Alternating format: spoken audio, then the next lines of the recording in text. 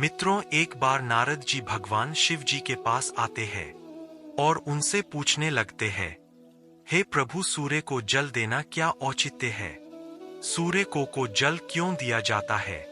सूर्य को जल देने के क्या फायदे हैं?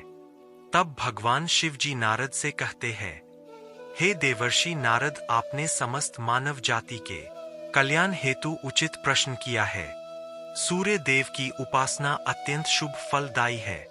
प्रत्येक मनुष्य को सूर्य का जल अवश्य देना चाहिए। हे देवर्षि नारद, आपको अत्यंत पवित्र कथा सुनाता हूँ, जिससे आपकी दिग्धा समाप्त हो जाएगी और आपको अपने प्रश्न का उत्तर भी मिल जाएंगे। जो भी इस कथा का श्रवण करता है, उसे 100 वर्षों तक सूर्य को जल देने का फल प्राप्त होता है। इसलिए आप इस कथा को ध्यान से पूरा जरूर सुने। तो दोस्तों, भगवान शिव जी ने सूर्य देव की महिमा का वर्णन करने के लिए नारद जी को अत्यंत पवित्र कथा सुनाई है। तो चलते हैं, शुरू करते हैं इस पवित्र कथा को। भगवान शिव जी कहते हैं, हे देवर्षि नारद, प्राचीन काल की बात है। मध्य देश में एक अत्यंत प्राचीन शोभायमान नगरी थी। उस नगरी में एक ब्राह्मण मनोहर अपनी पत्नी मायावती के साथ निवास करता था। मनोहर शास्त्र ज्ञान में पारंगत था, किंतु उसने अपने ज्ञान का कभी सदुपयोग नहीं किया। उसने उसके ज्ञान का उपयोग केवल धन कमाने के लिए किया। मनोहर ने अपने जीवन में कभी दान धर्म नहीं किया, कभी सूर्यदेव को अर्घ्य नहीं दिया। वह अत्यंत स्वार्थी और दानवी स्वभाव का था। फिर एक दिन वह वन से जा रहा था, तो एक विषैले सर्प के काटने के कारण मनोहर की मृत्यु हो गई। मृत्यु के बाद मनोहर को यम के दूत यमलोक लेकर गए। वहां यमराज ने मनोहर का पाप और पुण्य का मूल्यांकन किया और मनोहर को नरक में डाल दिया। मनोहर अनेकों वर्षों तक नरक में सजा भुगतने लगा और फिर उसे प्रायश्चित करने के लिए फिर से मनुष्य जन्म की प्राप्ति हुई। उसका दूसरा जन्म एक गरीब शूद्र के घर पर हुआ। दूसरे जन्म में उसे अत्यंत दुर्भोग भोगने पड़े।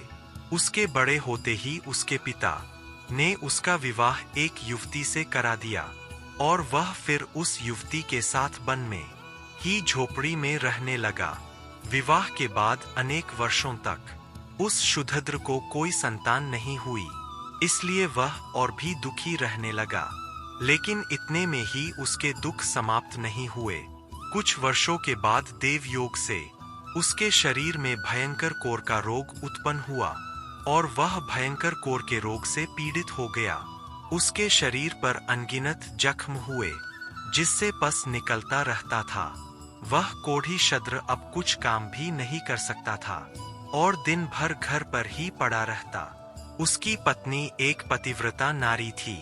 उसने पति को कोढ़ होने के बाद भी उसका साथ नहीं छोड़ा और वह उसकी नित्य सेवा करती रहती थी। वह अपने पति को ही परमेश्वर मानकर उसकी पूजा करती थी। उसके लिए भोजन का प्रबंध करती थी, उसे स्नान करती थी। वह शूद्र अनेक बार मन ही मन सोचता रहता था कि किस जन्म के पाप के कारण उसे यह कोढ़ रोग हुआ। ऐसा सोचते हुए वह बहुत ही निराश और उदास रहने लगा। फिर एक दिन उसके द्वार पर एक साधु पधारे। उस कोढ़ी शूद्र के पत्नी ने उस साधु महात्मा की बड़ी सेवा की, जिससे प्रसन्न होकर उस साधु ने उस कोढ़ी की पत्नी को वर मांगने के लिए कहा। हे महात्मा, मेरे लिए मेरे पति ही सर्वस्व है, वही मेरे स्वामी है। आपसे विनती है कि मेरे पति का रोग दूर करे और उन्हें पहले के जैसा बना दे।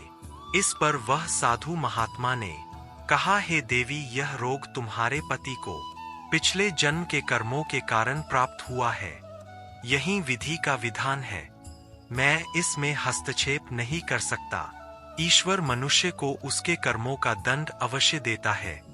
कोई भी इससे चूक नहीं सकता, किंतु मैं तुम्हें इसका उपाय बता सकता हूँ। इस रोग से बचने के लिए केवल एक ही उपाय है। तुम अपने पति को लेकर सूर्यदेव के शरण में जाओ और सूर्यदेव की नित्य उपासना करो। सूर्यदेव की कृपा से तुम्हारा पति कोढ़ से मुक्त हो जाएगा और उसे कामदेव के समान रूप प्राप्त होगा। फिर उस साधु महात्मा ने उस स्त्री को सूर्यदेव की उपासना की विधि बताई। उस विधि को जानकर उस कोढ़ी की पत्नी ने अपने पति के साथ मिलकर पूरी निष्ठा और श्रद्धा से सूर्यदेव की उपासना की और देखते ही देखते कुछ दिनों में उसका पति पूरी तरह से ठीक हो गया। वह कोढ़ के रोग से मुक्त हो गया और सूर्यदेव की कृपा से उसे सुंदर रूप, बलवान शरीर तथा धन संपत्ति की प्राप्ति हुई और वह कोढ़ी शूद्र बहुत धनवान बन गया। हे नारद, अब मैं तुम्हें सूर्यदेव को प्रसन्न करने की विधि और मंत्र के बारे में बताता हूँ, जिसे करने से मनुष्य के सभी रोग नष्ट होते हैं। उसे उत्तम सुवास्थ्य और सुख की प्राप्ति होती है। शिव जी कहते हैं, हे देवर्षि नारद, रोज सूर्यदेव को जल चढ़ाना एक ऐसा नियम है जो मनुष्य के जीवन में बहुत बड़ा बदलाव ला सकता है। सूर्य शक्ति इतनी अलौकिक है, इसके बिना यह पूरी धरती तहस नहस हो सकती है। सूर्यदेव प्रकाश, सकारात्मकता, इंद्रिय संयम, ऊर्जा आदि के देवता है। सूर्यदेव को मात्र जल चढ़ाने से अभी संकट दूर हो सकते हैं। संसार की हर परेशानी का हल सूर्यदेव के पास ही है। सूर्य देवता की उपासना करने से आत्मा की शुद्धि होती है और मनोबल बढ़ता है। सूर्यदेव के समय सूर्य की किरणों से वातावरण पवित्र और सकारात्मक बन जाता है। यदि प्रतिदिन सुबह स्नान करके सूर्य देवता को मंत्रों का उच्चारण करते हुए जल चढ़ाते हैं तो इसके फायदे होंगे। कुंडली में अन्य ग्रहों की तरह ही सूर्य के शुभ या अशुभ प्रभाव पड़ता है। कुंडली में सूर्य यदि शुभ स्थिति में होता है तो हमें समाज में भरपूर मान सम्मान, यश और प्रसिद्धि मिलती है। वही कुंडली में यदि सूर्य अशुभ स्थिति में हो तो इसके विपरीत परिणाम मिलते हैं। इसलिए कुंडली में यदि सूर्य की स्थिति मजबूत करनी है तो ज्योतिष शास्त्र में कुछ चीजों के बारे में बताया है, जिन्हें पानी में डालकर सूर्यदेव को अर्घ्य देने से शुभ परिणाम प्राप्त होते हैं। किंतु दोस्तों, कई मनुष्य सूर्य को जल देते समय महत्वपूर्ण नियमों का पालन नहीं करते हैं। गलत तरीके से अर्घ्य देकर सूर्यदेव का अपमान नहीं करना चाहिए, अन्यथा मनुष्य को कई कष्टों का सामना करना पड़ सकता है। साथ ही केवल सूर्य को जल देने से फल की प्राप्ति नहीं होती है। सूर्य को जल देते समय विधि का पालन करते हुए सूर्यदेव के मंत्र का जाप करना भी आवश्यक है। तभी सूर्य को जल देने का फल मनुष्य को प्राप्त होता है। शास्त्रों के अनुसार सूर्यदेव अप्रसन्न होने पर मनुष्य का बुद्धि का नष्ट हो जाता है। उसे चारों ओर से अपमान का सामना करना पड़ता है। ऐसे व्यक्ति की आंखों की रोशनी चली जाती है और उसे ऊंची भोजन प्राप्त होता है। फलस्वरूप व्यक्ति की विद्या नष्ट हो जाती है, उसकी अस्मरण शक्ति कमजोर होती है, पिता पुत्र में अकारण ही वाद विवाद होने लगता है। सूर्यदेव रूठ जाने पर व्यक्ति पर गलत इल्जाम लगते हैं और उसके हाथ से अनजाने में कई अपराध हो जाते हैं। इसलिए व्यक्ति को अनिष्ट कार्य करके सूर्यदेव को रुष्ट नहीं करना चाहिए। सबसे पहले मैं सूर्यदेव को जल देने का अर्थ बताता हूँ। सूर्य को जल देने से पहले यह है कि सूर्य देवता को भक्ति भाव से जल अर्पण करना। यह जल दोनों हाथों की ओझल बनाकर या तांबे के पात्र में शुद्ध जल भरकर उसे सूर्य देवता को समर्पित करे। लेकिन ध्यान रहे कि यदि हाथों की ओझल बनाकर सूर्य देवता को अर्घ्य दे रहे हैं तो हाथों की तर्जनी और अंगूठे को एक दूसरे से जोड़कर ना रखे, यानी कि एक दूसरे का स्पर्श न होने दे। दोनों हाथों के अंगूठे को फैलाकर रखें। यदि हम तर्जनी और अंगूठे को जोड़कर रखते हैं तो यह राक्षसी मुद्रा बन जाती है और इस मुद्रा में सूर्य को जल देना अशुभ माना जाता है। यदि पात्र में जल भरकर सूर्य देवता को जल दे रहे हैं तो भी उस पात्र को दोनों हाथों के अंगूठे का स्पर्श न हो, इसका ध्यान रखें। जल देते समय अपने दोनों हाथों को ऊपर उठाकर पात्र को पकड़े और सिर झुकाकर रखें। सूर्य देवता को जल हमेशा सूर्य उदय के समय देना चाहिए। उगते हुए सूर्य की उपासना करना हमेशा ही शुभ होता है। सूर्य उदय के 2 घंटे बाद जल देने का कोई भी औचित्य नहीं होता है। यदि किसी कारणवश आप सूर्य उदय के समय जल ना दे सके तो 3 बार जल देने के बजाय 4 बार जल दे और सूर्य देवता से माफी मांग ले। इससे दोष कम हो जाता है। सूर्य को जल तांबे के पात्र में ही देना चाहिए। तांबा को सूर्य देव की प्रिय वस्तु माना गया है, इसलिए सूर्य को जल देने के लिए केवल तांबे से बने पात्र का ही प्रयोग करना चाहिए। अन्य धातुओं से बने पत्रों में सूर्य को जल देने से कोई लाभ प्राप्त नहीं होता है। परमात्मा ने सूर्य को जगत में प्रकाश करने, संचालन करने, अपने तेज शरीर में ज्योति प्रदान करने तथा जठराग्नि के रूप में आमाशय में अन्न को पचाने का कार्य सौंपा है। इसी कारण से तांबे के पात्र में रखें जल को पीने से मनुष्य पेट से जुड़े रोगों से भी मुक्ति हो जाता है। उस तांबे के पात्र में गंगाजल या पवित्र नदियों का जल भरे। यदि ऐसा संभव नहीं है तो शुद्ध जल का प्रयोग करें। मात्र जल से कभी भी जल नहीं देना चाहिए। जल के पात्र में जल के साथ मुख्य रूप से कोई भी लाल फूल, लल चंदन और अक्षत जरूर डालें।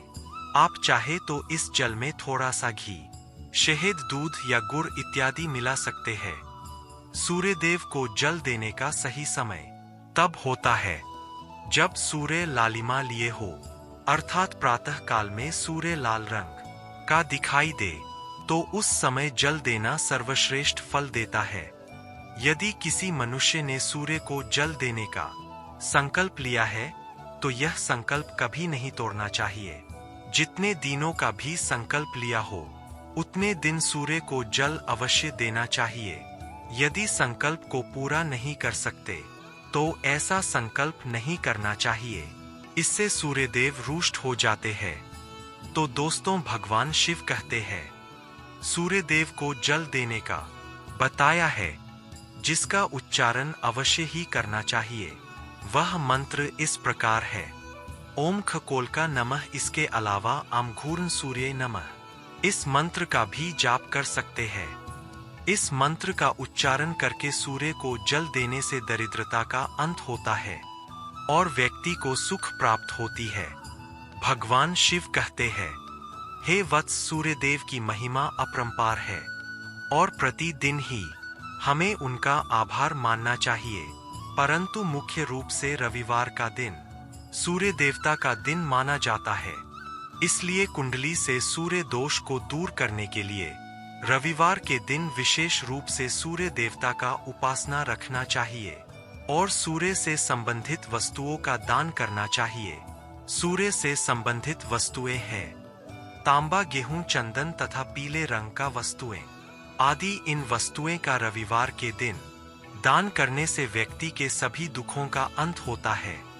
यदि व्यक्ति बीमार है अथवा घर में सूतक है या अन्य कोई समस्या है जिसके कारण वह सूर्य देव को जल नहीं दे पा रहे हैं, तो इसके लिए शास्त्रों में मानस पूजा का प्रावधान किया गया है, अर्थात अपने मन में ही सूर्य देव को जल दे सकते हैं। सूर्य देव पूर्व दिशा से होता है। हिंदू धर्म में रविवार का दिन सूर्य देव को समर्पित किया गया है। मान्यता है कि सूर्य ही एकमात्र ऐसे देव है जो नियमित रूप से भक्तों को साक्षात दर्शन देते हैं। व्यक्ति के जीवन में सूर्य का बहुत बड़ा योगदान होता है। कहा जाता है कि यदि कुंडली में सूर्य की स्थिति मजबूत है तो व्यक्ति को जीवन में खूब कामयाबी और यश की प्राप्ति होती है। वहीं यदि कुंडली में सूर्य की स्थिति ठीक नहीं है तो जीवन में कई तरह की परेशानियों का सामना करना पड़ता है। दोस्तों, आपको यह वीडियो कैसा लगा आप कमेंट बॉक्स में जरूर लिखें। धन्यवाद।